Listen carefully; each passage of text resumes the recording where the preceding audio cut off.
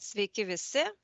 Labai džiaugiuosi, kad prisijungėte prie mūsų webinaro, kurio tema yra kaip tinkamai apsaugoti serverius, tiek fizinius, tiek virtualius. Aš esu Agnė, dirbu TELIA, esu atsakinga už kibernetinio saugumo paslaugas verslo klientams. Mūsų šios dienos pagrindinis pranešėjas yra Indrek Turmen iš Estijos. Jis yra Trend Micro kompanijos pardavimų inžinierius Pabaltijos šalims.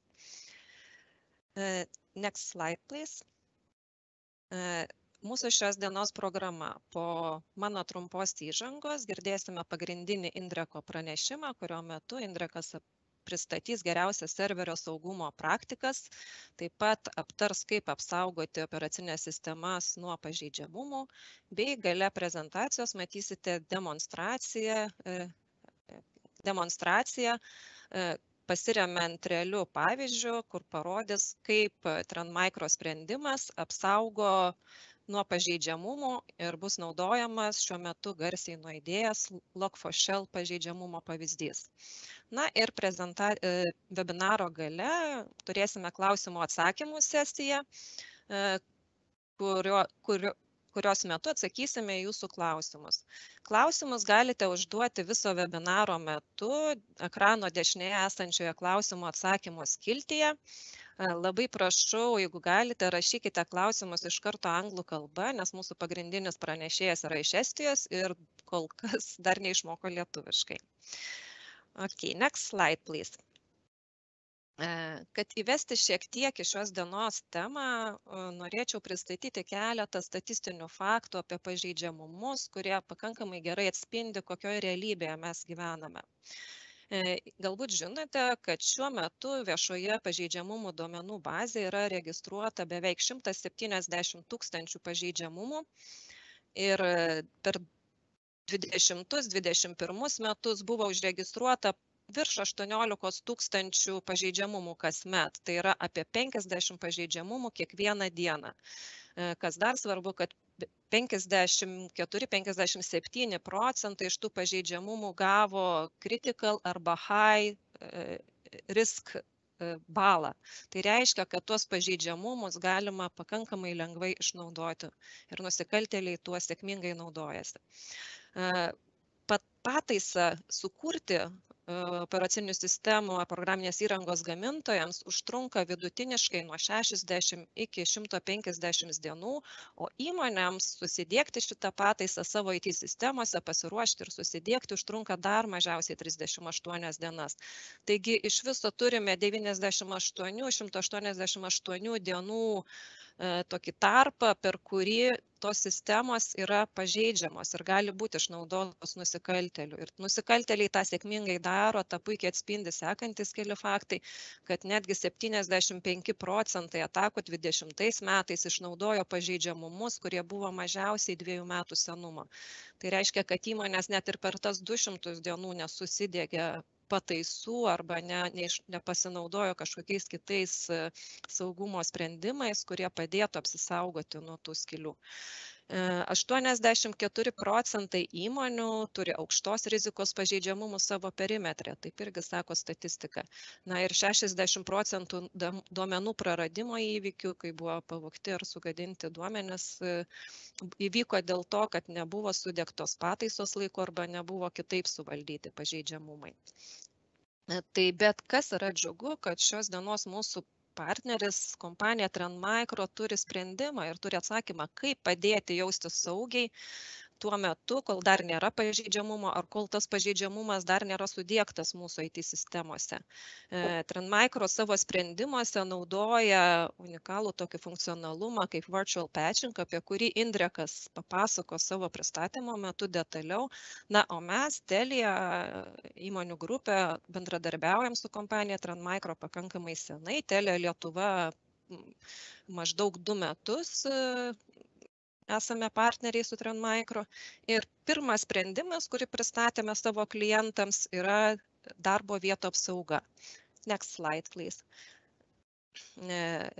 Darbo vietų apsaugos sprendime mes siūlome 3 tipų licenzijas. Pirmoji pati paprasčiausia licenzija yra worry-free services, kuris skirta apsaugoti kompiuterius ir mobilius telefonus. Jinai turi visus funkcionalumus, kurie būdingi yra verslo klasės apsaugos sprendimam, turi antivirusą, turi web filtravimą, aplikacijų kontrolę, išorinių įrenginių prijungimo kontrolę, elgsenos analizę, dirbtinį intelektą ir kitus funkcionalumus. Vidurinė licenzija yra worry-free services advanced, jinai saugo ir galinius įrenginius, o taip pat ir elektroninį paštą arba ir debesijoje veikiančias bendradarbiavimo sistemas. Jeigu jūs naudojatės, pavyzdžiui, Office 365 ir naudojatės Teamsais, SharePoint'u, OneDrive'u, tai šis sprendimas saugos ir tuose debesijos aplikacijose laikomus failus. Tikrins, ar ten nėra kažkokių kenkėjiškų dalykų. Na ir worry-free XDR licenzija yra pati plačiausia, jinai turi visas tas apsaugas, kurias turėjo advanced licenzija, saugo galinius įrenginius, elektroninį paštą ir debesijoje veikiančias bendradarbiavimo sistemas, bet taip pat, ką jinai daro, tai jinai surenka duomenis iš visų įrenginių ir iš elektroninio pašto, jos susieja bendrame duomenų banke, koreliuoja, analizuoja bendrai ir tokiu būdu gali pastebėti daug daugiau, negu kad agentas veikiantis vieno izoliuoto įrenginio aplinkoje. Tai tokiu būdu yra aptinkamos pažangios grėsmės, kurių paprastas sprendimas veikiantis, sakykime, kur tik tai agentas vieno įrenginio apimtyje analizuoja duomenis, to nepastebi. Ir kas dar, šitas sprendimas XDR turi galimybę iš tikrųjų vaizdžiai atvaizduoti, kaip, per kur atėjo ataka ir kaip jinai išplito, kokiuose įrenginiuose dar išplito, iš karto išmeta rekomenduojamus veiksmus, ką reikėtų padaryti ir galima vieno mygtuko paspaudimu tuos veiksmus atlikti IT administratoriui. Kas dar yra unikalaus šito sprendimu, kad su viena licenzija jūs apsaugosite kompiuterį ir 2 mobilius įrenginius ir priklausomai kokį paketą pasirinksite, aišku, galite ir elektroninį paštą ir debesijoje veikiančias bendradarbiavimo sistemas apsaugoti. Nėra jokių investicijų, nereikia investuoti iš karto ir mokėti už 100-200 licenzijų metam 2 ar 3. Nėra jokių įsipareigojimų terminui, galite užsisakyti tiek licenzijų, kiek jums reikia ir naudotis. Jeigu jums nereikia, galite atsisakyti, neturite tiek darbuotojų, galite atsisakyti ir mokėti mažiau, o kitą kartą, jeigu reikia daugiau licenzijų, galite užsisakyti papildomų. Tai tiek trumpai iš manęs apie mūsų siūlomą jau šiuo metu Trend Micro sprendimą darbo vietų apsaugai. O toliau aš persijungiu anglų kalbą. Okay, I switch to English and I give the floor to Indrek, who will tell about server protection solution from Trend Micro. So, Indrek, the floor is yours. Thank you. My name is Indrek Turmen, and I'm working for Trend Micro as a sales engineer, being here already more than 3 years. My previous life, I was dealing with a lot of the network security and infrastructure and so on.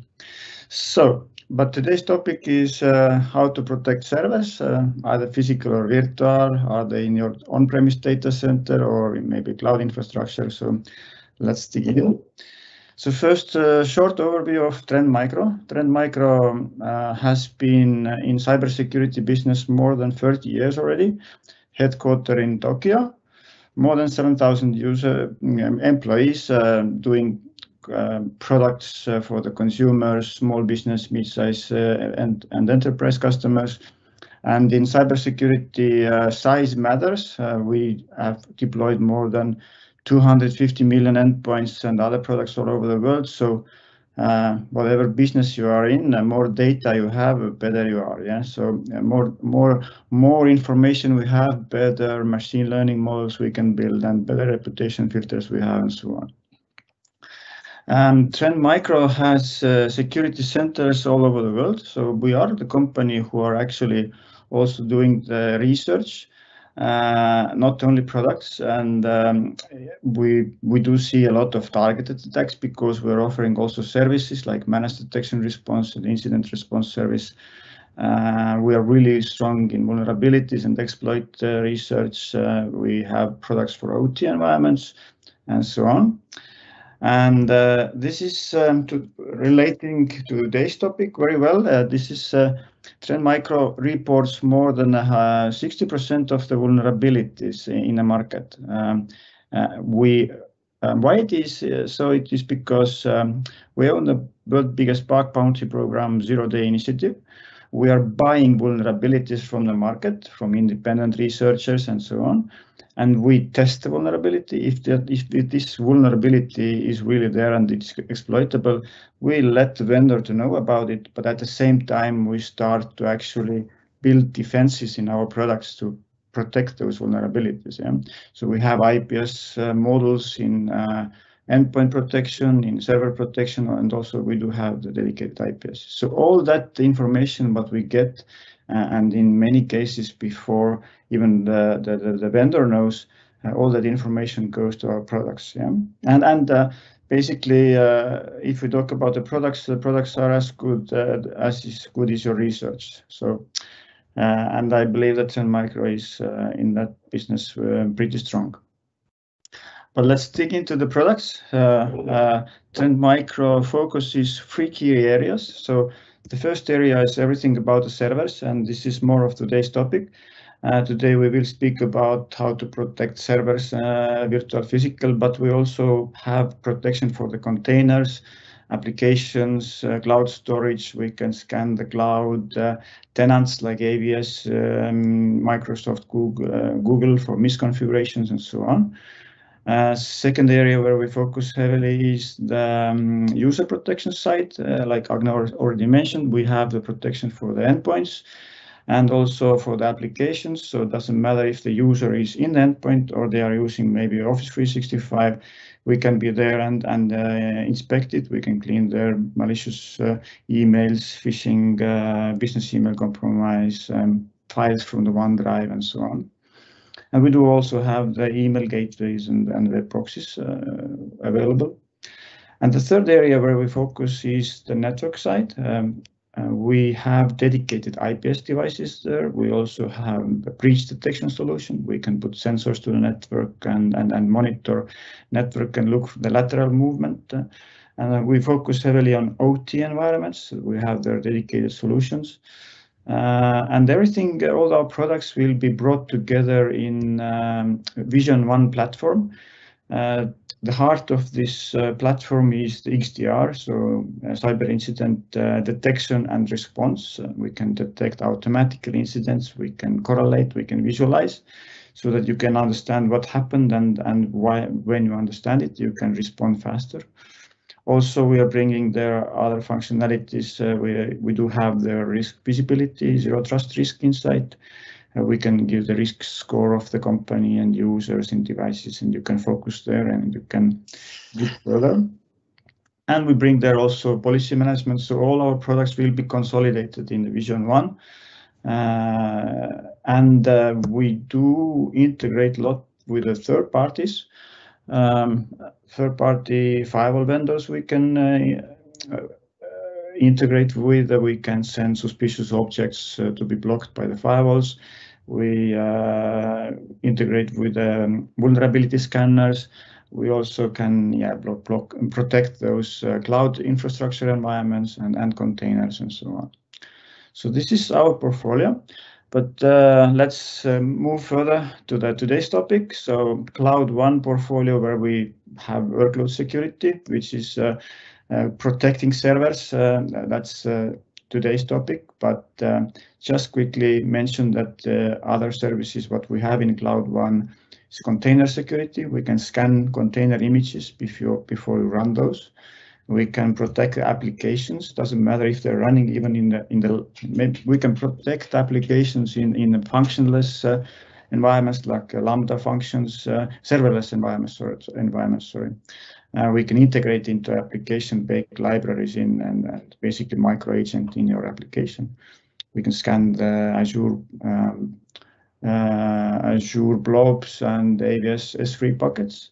And with the conformity, we can scan cloud infrastructure. We can look for the misconfigurations. We can look if all the services are configured in optimized way, like are is everything optimized, like price-wise and performance-wise and so on. And we can scan your code in the Git, and we do also have the network level layer and IPS in the cloud. But workload security, server protection, yeah. So if you think about the history, how everything has changed, and we used to have physical servers. Then the VMware came along that virtualized all our servers into a couple of physical servers, told that you will have much less servers, but actually we do have even more servers now in the data centers. Virtual machines are so easy to create. Every new application gets a new virtual machine. Then virtual desktops came along. Companies started to test cloud infrastructure. Then people are using containers. So basically now you are virtualizing your virtual machines. So doing same what VMware did with the physical servers, and also customers are using serverless functions. So all that kind of environment, complex environment, needs good security and purpose-built security for this. So why servers need a bit different and why protection and why they are different from the endpoints. Yeah? So first of all, if we think about threats, then the number one vector for the attackers is vulnerabilities. So server is serving something to the network. Yeah, this is what they need to do. And in many cases, those applications, operating systems, they are vulnerable. They have vulnerabilities not patched fast enough. So network layer attacks are really something which are related to the servers. So you need to focus there. You need to focus to the vulnerabilities much more because you are open to the network in many cases. Also, if you talk about malware, then for the bad guys, they're after the money. So they want to plant the crypto miners into your server workloads because you are taking care of server. Cooling is there, power is there, they're always up and running. And also open source is topic because with the servers and with applications, you're using a lot of open source applications. And with open source, you bring vulnerabilities and package dependencies. So all this needs to be taken account as well while protecting servers. And at the same time, your servers, those need to be compliant. Yeah? You need to be compliant with maybe PCI DSS or HIPAA or GDPR. Or your internal regulations, yeah. So you need to monitor your logs, you need to have a file integrity, you need to have good protection and so on. And you need to have a history. So what do IT security need to protect hybrid cloud, yeah? So first of all, you need visibility and you need to have context. You need to understand what kind of servers you have. Are those web servers, are they locating behind the firewall in my data center? Are they in the cloud infrastructure and so on? And you need to have multiple layer protection because bad guys, they are trying to get in, they are moving laterally, they are looking for information. So all those phases you can actually detect and protect. You need purpose-built security, obviously, and you need automation. With server protection, it's really important to have the automation. More you can automate, more secure you are. You should automate agent deployment, policy deployment, and policy deployment accordingly to the server. So let's focus to the protection models, what we do have in the server protection. So there are basically 4 models. Yeah, network security, which is probably most wanted functionality because of the virtual patching. We scan vulnerabilities and we protect those vulnerabilities automatically. But I'm going to focus in each model next slides. Then you have system security. With system security, we bring application control, integrity monitoring, log inspection, and malware prevention, also really important. And of course, we have the machine learning and behavior monitoring. And the 4th area is detection response. So we can actually, with the same agent, we can get the activity data from the servers, send it to the data lake, and use this information to find the threats back in time. You can do the hunting, sweeping, root cause analysis, and so on. So we collect command line executions, process executions, file creations, modifications, registry changes, network connections, so on. So that telemetry data is stored, and later you can actually find out what happened. Yeah. So all that can be done in the same agent and in the same security console. So network security, what we do. So today's topic, how to protect vulnerabilities automatically. This is what it's all about. We scan the server vulnerabilities with the agent, and we can do that scanning continuously, basically every day if you wish. And if we find the vulnerability, is it operating system vulnerability or is it application vulnerability, we will block, and that vulnerability is exploitable over the network. And these are worst kind of vulnerabilities, basically. Then we apply IPS rules accordingly to protect that specific vulnerability. So we don't apply IPS rules blindly, but we only apply those rules which are relevant for that specific server. And when you patch your server, we see that server is now patched, there is no vulnerability anymore, we remove that IPS rule automatically. So this is the virtual patching. It doesn't replace the real patching. Yeah, you still need to patch your servers, but what it gives you time, because with the patching data centers, most probably in many cases you are always behind. Maybe you patch your data center once per month. I think then you are already really good, because with the servers it's difficult to automatically apply each and patch what vendor releases. Yeah, you need to test that patch, it doesn't break your application and so on. So and if it's 0 day, obviously you're behind. So virtual patching gives you time to take care of your servers, patch them in your own time when you're ready to do that. Also, we have their firewall model. You can have access rules for your servers. So basically, you can create a policy for the web servers that you allow web server communication from the internet, from the network. And doesn't matter where your server is, your policy is moving always with your server, and you can apply same policy to all your web servers, and you can even do it automatically. So instead of worrying about underlying network and maybe different firewalls, we don't know where the server is. It can be one data center, other data center, you can move it to the cloud, but your security policy is always moving with the server. System security. Not less important. First of all, we have the application control. You can basically do the inventory scan of the server and lock down the server so that no new applications processes can be executed. This is really effective defense against new malware, but it of course requires a bit of the administration. But with the servers, it's not difficult to do. Servers are not that dynamic as endpoints. They're pretty static, and you can change your server to maintenance mode while installing new applications or doing updates.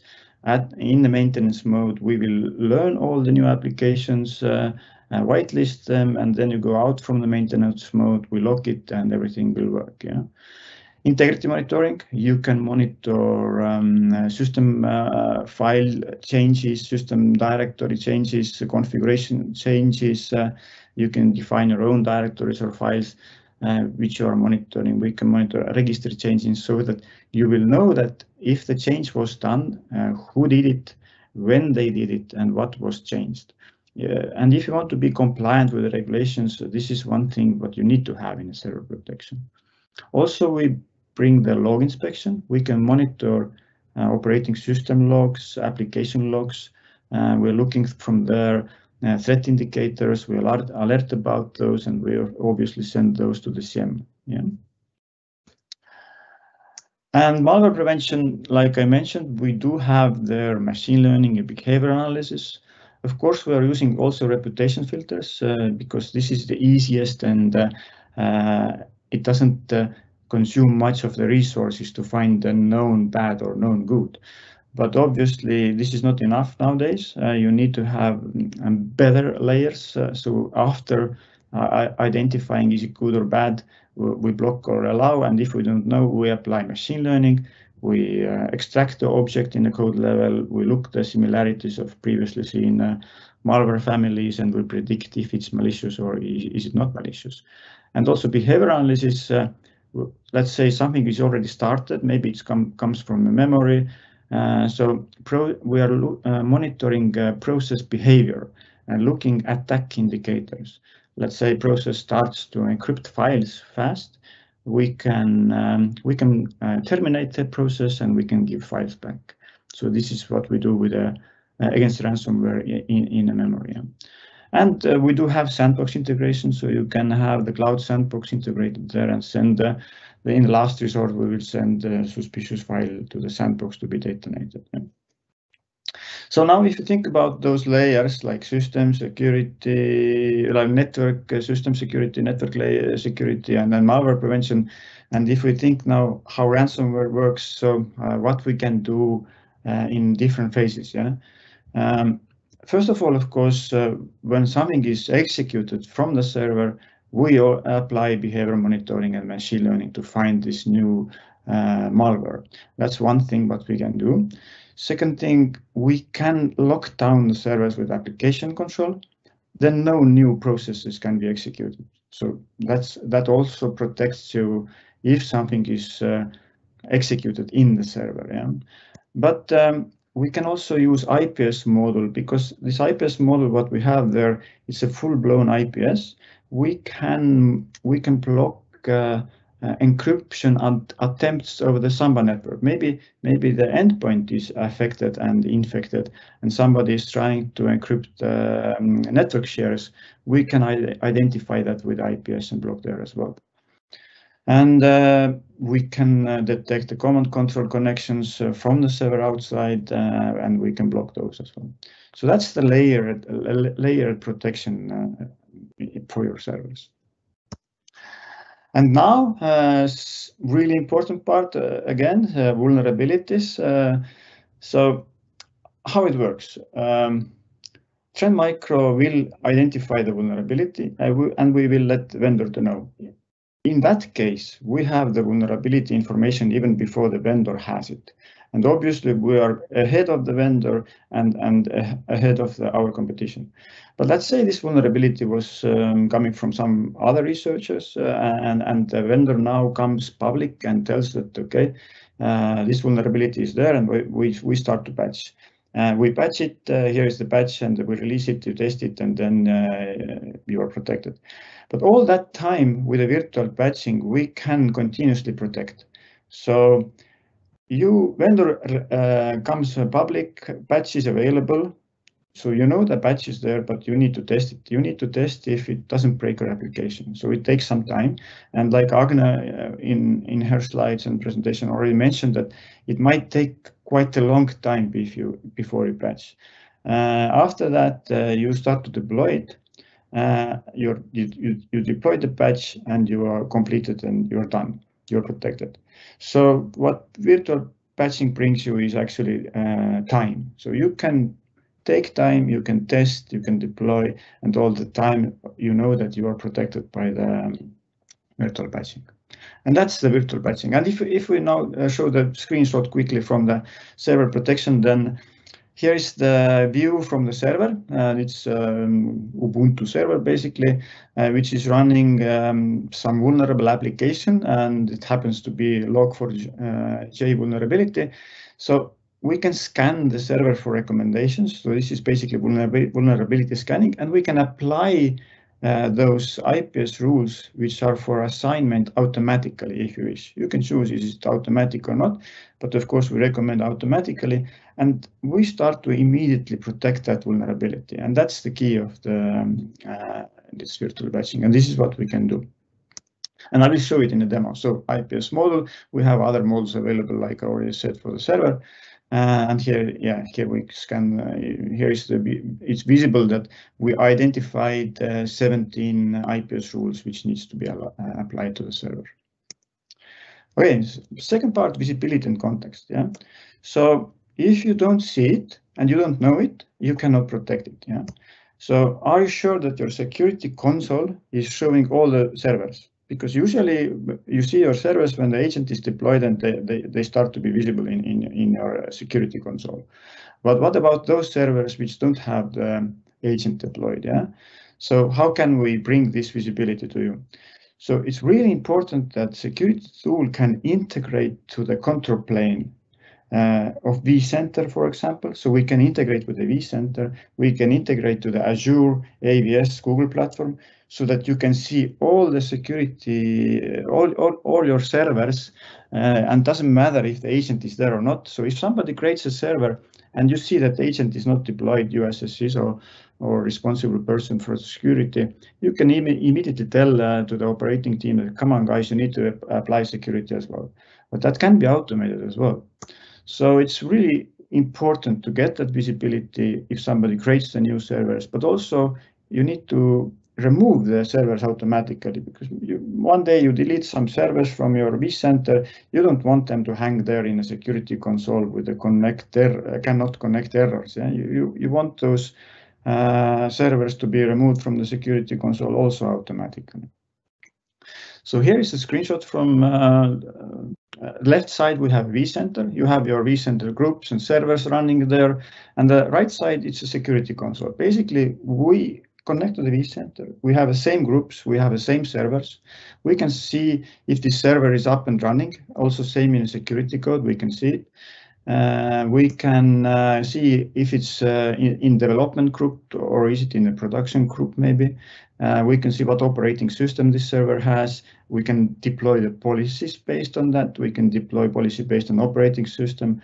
We can deploy policies based on the VMware tags, for example. So if you tag your servers, these are my web servers, this is policy for the web servers automatically, these are my database servers and so on. And we can also deploy policy based on the naming if you have some naming policies in your data center. And yeah, let's say you are moving one server from development to production. We see that event and we can also deploy the policy automatically. So, okay, this is now moving to the to production. We want to deploy different policy there. And that can be done also automatically. Yeah? So there is a Cloud One workload security. It connects to the vCenter and it connects to the cloud infrastructure, and you get full visibility of your servers. That's the basically of the solution. Yeah. Automation part really important. Server side, like I said, we can automate policy creations. We can deploy automatically agents. We can deploy agents as a code. So let's say you are deploying your virtual machines as a code, yeah, infrastructure as a code. With scripts, you have some deployment scripts. We can integrate there with the same playbooks, so you can put our security there as a code as well. So at the moment you create the VM, security will be deployed with this VM automatically. This is really important side as well. Yeah, and we can monitor automation and orchestration, and everything is available. So all what you can do in the web console, you can do it via APIs as well. And we have Automation Center available for you. You can go and test your code. You can see all the API documentations. Examples are available, so everything is free to access and use. So if you now moving a bit to today's demo, yeah. Today I'm going to show how we can how can we protect the vulnerable application which is running inside the container, and that vulnerability is Log4j vulnerability. And we can protect also containers. So our agents can be deployed to the Docker host, container host, and we will see container network traffic, and we can see traffic between the containers. We can shield that traffic, and we can also, of course, see the traffic to the containers and from the containers. We do support wide range of operating systems, basically Windows, old operating systems. If Microsoft doesn't support it anymore, we can still support it, like Windows 2003, 2008, Linux, Solaris, AX. So should be most of the operating systems should be covered, yeah, and also Cloud Linux we can support.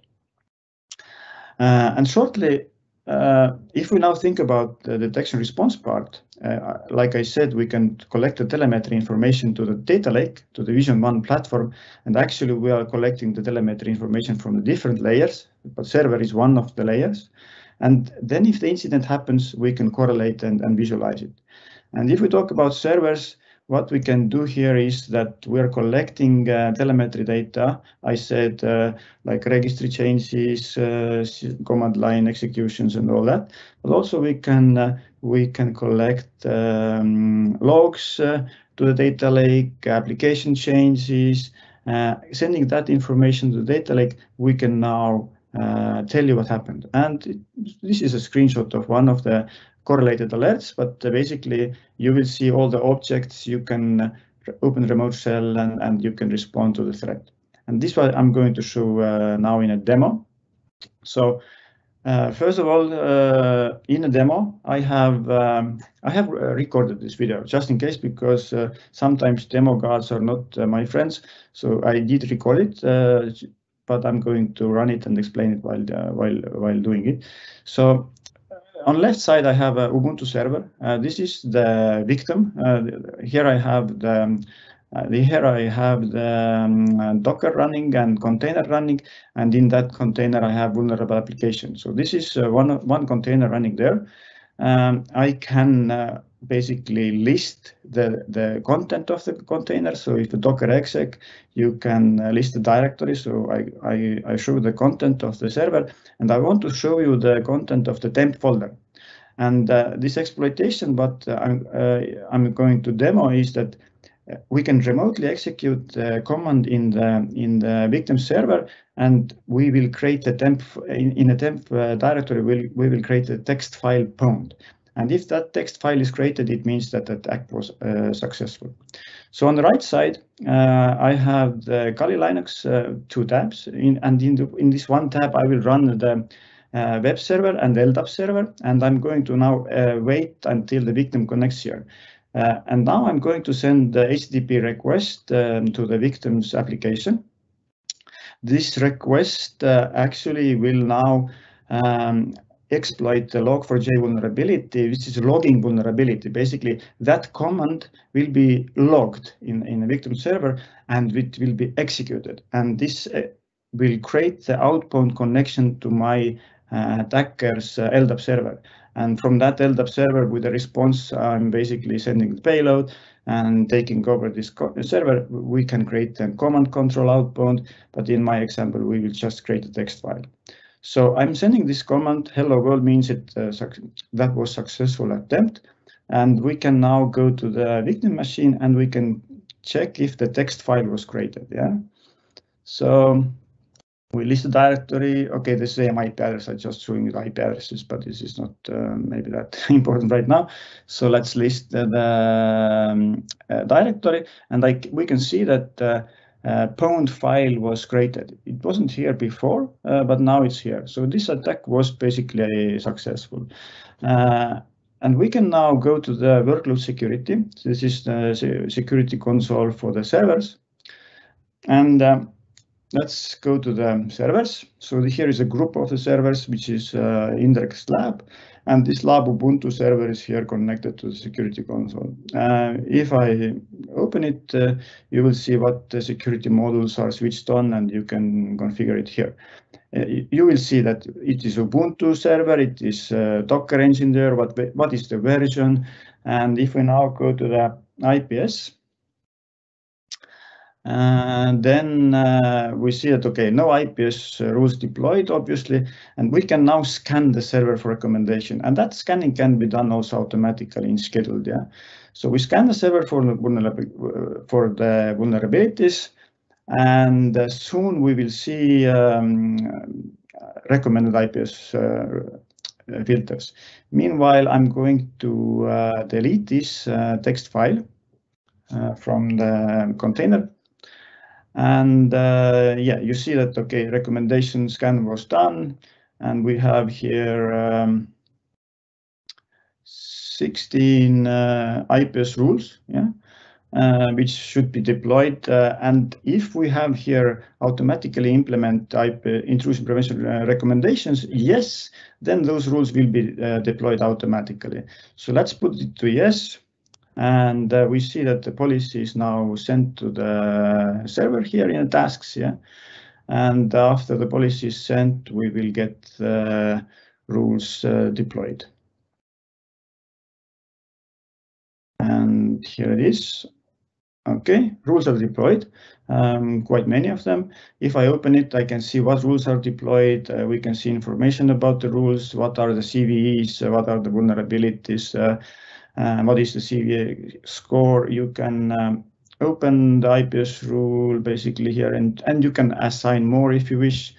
And this one here, is the log4j vulnerability, and actually it has already 4 vulnerabilities which can be exploited. So we have those IPS rules there to protect those vulnerabilities.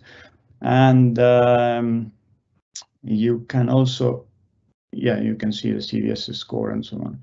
And if we open it, you get more information. You get what is the vulnerability. You will get also the external references and so on. Okay, so let's now, and as you see, it is it is right now the IPS module is in a detection mode. So if I execute this attack again, this will be successful, like hello world. Okay, text file will be created, but now I want to see it in my securities console because it's in a detection mode. We just monitored, we logged about it, but we didn't prevent it. So IPS engine can be in detection mode if you don't trust us. I don't recommend detection, but I just want to show that it can be detection and you can just monitor. But I prefer the prevention mode. So now the alert is here. So basically we see from where the alert was coming, it was incoming and so on. And you also will get the IP addresses and ports and everything. But it was detection only, so it was reset. Let's clean now once more the environment and let's change it to the preventive mode. Yeah, preventive, save it, and let's execute this attack once more. And we should now not get that text file deployed in a container. And it's not there anymore. And we will go to the, okay, it's sending policy right now. I need to wait the update of the policy, and then I can execute this attack again from the Kali Linux. So sending basically the same request, malicious request, and you see it's reset by the server now. Now it is reset. And I can check from the victim that it's not there. So let's get the events. So intrusion prevention. Okay, let's check the text file. Text file is not here. Good. So exploit didn't work. And now we should have the connection was not also created to the server anymore from the victim. These are 2 previous attempts only. And let's get the events. It takes a couple of seconds. Events should be here soon. And one moment, once more. Yeah, you can see the more information in this line. Basically, all that information which I showed previously, it is in the line that can be sent to the CM. So all this is going to the CM as well. Destination addresses, source addresses, ports, and also when we now get the event, which was a reset event, we also have a data. So what was reset? Let's open it up. And you can see the data. You can see full request, which was done from the server, from the attacker to the server, and you can do your investigation and decisions now, what you want to do further. But it was blocked and you're safe. Good. And all that we can visualize in the Vision One platform. We can, this is the place where we are collecting telemetry data now. And I just want to show what is this platform, what you can also use if you're collecting telemetry data. So I'm logging in with my Azure credentials. It supports, of course, multi-factor authentication. Console is opened. We have quite many functionality here. Of course, we have dashboards. We give you visibility of your users, risky devices, what applications are used, and so on. So one part is the visibility. Also, we can, so this is Zero Trust Risk Insight. We can detect targeted attacks. We can integrate with taxi feeds. You can integrate Alien Vault. We can integrate MISP server. We have the sandbox application available. You can submit samples manually. And the XDR part in Workbench application, we have correlated alerts now. And here you can see different alerts. You can see how many users were affected, servers were affected, what is the severity, what is the score of this incident. And when you open it, we can visualize those objects. So bash shell script was executed. That was the one phase of the attack. So text file created. We can see here how the text file was created. And then the other phase was that we exploited the vulnerability of the logging module for the web servers. Yeah, and we can open also root cause analysis in a server. We can see each and every process, what was executed, what was the command, and we can even check more. We can check if the Java what other processes Java process was executed, what created, what network connections were created, what files were created. We can add those to the map, inbound, outbound connections, and so on. And we can also, let's add some more. So outbound connections, these are the outbound connections to the attacker web server and attacker LDAP server. So those were stored as well. I get those visible here. I can right click those objects. I can add them to the suspicious objects that all the rest of the connections from my organizations will be blocked to those IP addresses, and I can kill the Java process from the endpoint and so on. And if we move back now to the Workbench from this root cause analysis, I can also do the actions to the server. I can isolate this server from the network, and I can also start a remote shell to the server. If I open this, I have actually shell to the server, and I can do further investigation. I can monitor what processes are running, what network connections are there. I can collect a file and so on. So these are the commands which we can execute in a shell. We can get the service list, system info, user list, and so on. Basically, applying some example commands, and everything what I'm doing here will be recorded, and I can close this, of course, this session now, and all what commands are recorded for further auditing. Yeah. In a response application. So I can write a description. What was this? This was TELIA IT demo and Cloud One Workload Security demo. Okay, one typo here. I save this, and I have this session now in response management application. And I have here other actions which I have done previously. I have quarantined the email message in Office 365. I submitted files to the sandbox and collected files. And this is the last one, and I can now open this last log here, which I did with the remote shell, and I can see full history here. So that was the demo, which I wanted to show you. I hope I didn't take too much time. So basically, now it's time for the questions, I think, Agne. I think we have only 10 minutes, so I don't have any more time. Yes, thank you, Indrek, for your presentation. I see that we actually don't have any questions from customers, but I think it's hard to ask questions when you get so much new information. But I still have a few questions from myself, and I think those questions can be common to all can be important to all the customers, because I usually get those questions when I'm talking about endpoint protection solution. So they might be important also for server protection solution. The first question is about the agent. How heavy it is on the system? Does it require a lot of resources, or can it slow down the server performance? Yeah, well, it is a relevant question, and especially with the servers, because you really want to save resources, especially nowadays when electricity costs so much. And you are running the servers also in AWS, where you are paying for what you are using. So it is really relevant to the servers. And this product is actually built for the servers, and the agent is really doesn't consume a lot of resources. Actually, it's a very small footprint.